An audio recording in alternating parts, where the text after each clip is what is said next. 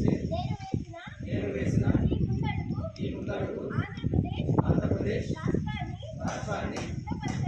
శుభ్రపరచడంలో సహాయం చేస్తుందని నమ్ముతూ ఈ రోజు నుండి నా తోటి వారికి కూడా వర్షాకాలంలో కలిగే అనారోగ్య సమస్యలు తగు జాగ్రత్తలపై అవగాహన కల్పించే దిశగా ప్రయత్నిస్తానని మన ఆంధ్రప్రదేశ్ను స్వచ్ఛ ఆంధ్రప్రదేశ్గా తీర్చిదిద్దేటట్లు నా వంతు కృషిగా చేస్తానని ప్రమాణం చేస్తున్నాను.